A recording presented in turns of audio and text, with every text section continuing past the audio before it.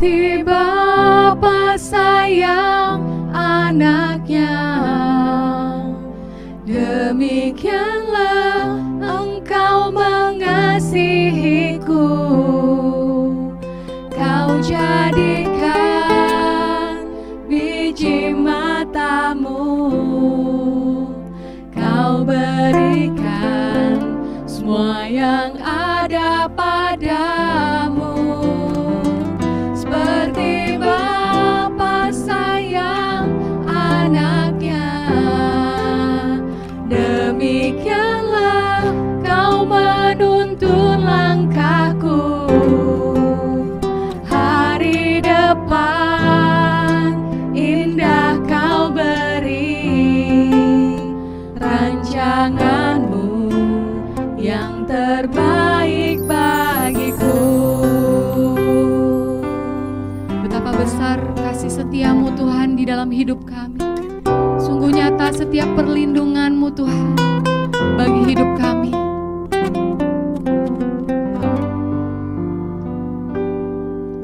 Bapa, besar sungguh kasih setia-Mu, nyata sungguh perlindungan-Mu. Tak satu kuasa mampu pisahkan aku dari kasih-Mu. Bapa, ajarku selalu hormati-Mu, ajarku turut perintah-Mu, berikan ku hati untuk menyembah-Mu dan bersyukur setiap waktu. Seperti Bapa sayang anaknya, demikianlah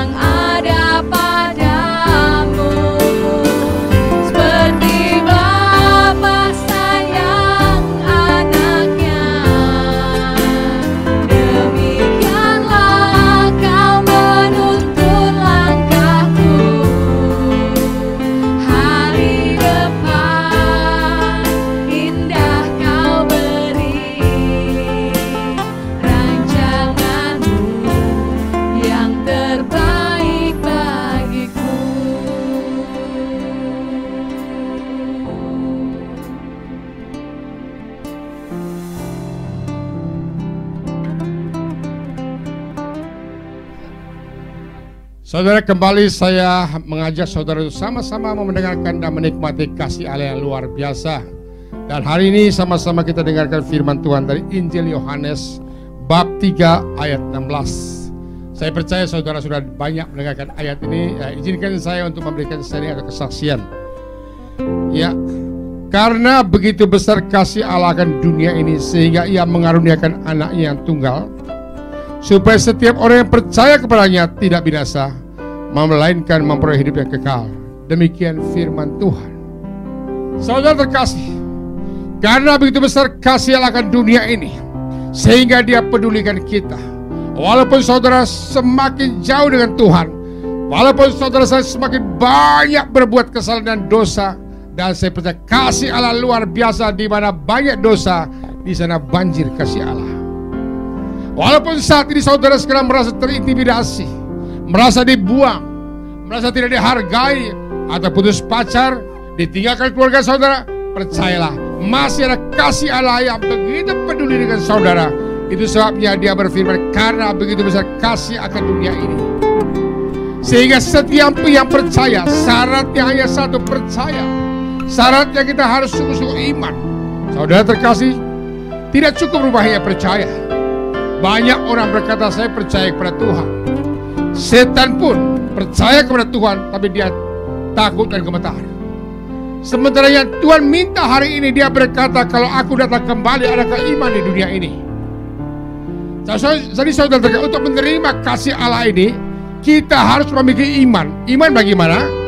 Sama seperti saudara mau menerima sesuatu dari orang, tangannya terbuka, tangannya diangkat, terima kasih. Terima, demikian beriman itu. Baikkan tangan kita untuk menerima kasih Allah yang luar biasa. Baikkan tangan kita yang menerima kasih Allah itu. Itu sebabnya saya pada saat doa orang saudara, ayo terima yuk, terima yuk. Dengan demikian saudara akan mengalami luar biasa. Nah saudara, mungkin saudara berkata hari ini, Pak, katanya Tuhan mengasihi saya. Yang kedua saya sampaikan baik-baik, Yesus sendiri mengajarkan kepada kita doa.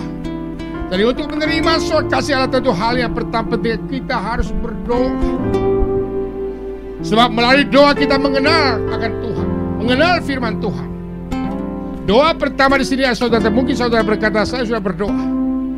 Dalam doa Bapa kami, Yesus ajarkan, Dia tidak ajarkan Allah di surga, Mama di surga, Tuhan di surga, melainkan Bapa. Berarti di sini saudara, Dia menempatkan diri seorang Bapa, dan Bapa yang baik. Saudara, saya punya anak, ada 2. Mulai saat anak masih kecil, tanpa mereka meminta pun, hanya dia nangis, hanya dia teriak, saya sudah peka dan saya sudah tahu apa kebutuhan anak saya. Mulai kecil anak saya sudah punya rencana. Pikirkan masa depan mereka, pikirkan hari esok mereka. Bahkan saya mulai tabung kalau bila perlu. Bukankah firman Tuhan berkata, ketika Allah menghadirkan kita di dunia ini, Dia berkata, aku mempunyai rencana atau rancangan untuk kamu. Bukan rancangan kecelakaan, melainkan rancangan masa depan yang penuh harapan dan yang istimewa, rancangan damai sejahtera. Saudara mau damai gak? Tuhan berfirman, datanglah kerajaan. Saudara tahu bagaimana kasih Allah itu. Hal kerajaan surga bukan soal makanan dan minuman, bukan soal pakaian mewah, bukan soal makan enak, tetapi soal damai sejahtera dan sukacita oleh Roh Kudus. Ternyata suasana surga itu damai luar biasa, nggak ada masalah di sana. Ini suasana surga. Surga dan kerajaan surga beda. Surga itu nanti. Kerajaan surga itu sekarang, di mana Yesus memerintah atas hidup kita. Berarti kalau Tuhan memerintah atas hidup kita, Dia mau suasana surga itu yang damai turun ke bumi, turun di rumah tangga saudara. Dia mau rumah tanggamu damai karena Dia sayang dan Dia peduli engkau. Nah saudara, bagaimana caranya sekarang? Sederhana, Dia ngomong, 2-3 orang berkumpul, kamu berdoa, aku hadir. Kalau kita beriman, kalau Tuhan hadir dalam rumah tangga kita, berarti ada damai, ada sukacita, ada berkat, ada mujizat, ada jalan keluar, semuanya ada karena Tuhan menuntut kita. Pertanyaan saya sekarang, Sudahkah Tuhan menghadirkan? Sudahkah saudara menghadirkan Tuhan dalam rumah tangga? Dan biarlah dia menjadi tuntunan hidup saudara. Amin. Maka yang bagian ketiga sekarang, cara kita sekarang saudara, kalau Tuhan sudah lebih dulu mengasihi kita, kita juga harus mengasihi Tuhan. Dan orang mengasihi Tuhan, firman-Nya Yohanes 14 ayat 15 berkata, jikalau kamu mengasihi aku, kamu akan menuruti segala perintahku. Jadi saudara, kalau ditanya, kita orang Katolik atau Kristen ditanya, apakah engkau mengasihi Tuhan? Itu gampang, iya, saya mencintai Tuhan. Tapi buah orang mengasihi Tuhan, dia harus menuruti firman-Nya. Dia harus melakukan firman-Nya. Kalau seorang yang mengasihi Tuhan, pasti ada buahnya. Buahnya apa? Dia nuruti firman-Nya. Buahnya dia berdoa. Buahnya dia melayani. Dan buahnya mengampuni. Dan yang paling kuat adalah Tuhan perintahkan dalam firman-Nya, cintailah musuh, berkati orang yang menganiaya kamu. Saudara, saya belum pernah dengar ada di luar Yesus mengajarkan hal ini. Hanya Yesus yang ngomong seperti ini. Tapi bagaimanapun, mungkin saudara berkata berat, oh Tuhan tidak mungkin turunkan perintahnya, tidak mungkin wahyukan seluruh niat atau kehendak atau aturannya kalau toh akhirnya kita tidak mampu. Maka dia terlebih dahulu memberikan Roh Kudus-Nya. Roh Kudus inilah salah satu sifat Roh Kudus adalah menguatkan, memampukan kita supaya kita jadi pelaku firman-Nya. Saudara terkasih dalam Yesus Kristus, dalam hal ini bagian kita sekarang adalah belajar. Sebelum kita mengetahui kehendak Tuhan, maka kita perlu baca firman Tuhan. Sebab di alam Alkitab inilah kita mengenal apa yang boleh, apa yang tidak boleh. Kembali, kenapa saudara malas baca Alkitab? Jawabnya sederhana, mungkin kadar mencintai Tuhan kurang. Petrus sudah diutus oleh Tuhan. Sebelum dia berpisah, sampai Tuhan tantang Petrus, berkata, Petrus, apakah engkau mengasihi aku lebih dari mereka ini? Jadi Tuhan tantang. Nah saudara terkasih, Tuhan lebih dulu mencintai kita. Sekarang kita harus berbalik mencintai Tuhan. Sekarang mencintai Tuhan tidak hanya dengan kata-kata. Pertama-tama kita rajin membaca Alkitab, renungkan baca firman, dan kita mulai lakukan firman Tuhan. Kita boleh membangun relasi dengan dia. Kalau kita percaya Tuhan mencintai saya harus terus-menerus membangun relasi yang dengan dia, mengandalkan dia, berseru pada dia, mengadu pada dia, dan alamilah kasih-Nya yang luar biasa yang tidak pernah disediakan oleh dunia ini. Firman-Nya berkata, dunia tidak mengenal kamu, tapi aku telah mengalahkan dunia. Kasih yang saudara dan saya terima dari Tuhan tidak bisa diungkapkan, tidak bisa dibahas dengan kata-kata, kecuali saudara alami melalui kuasa Roh Kudus-Mu. Maka oleh sebab itu, kalau saudara ada kesempatan, kalau ada seminar hidup baru dan Roh Kudus atau retret apapun, tolong ikuti. Karena di sanalah tahun 85 saya pertama kali berjumpa dengan kasih Allah yang luar biasa. Dan kasih itulah yang mengubah hidup saya.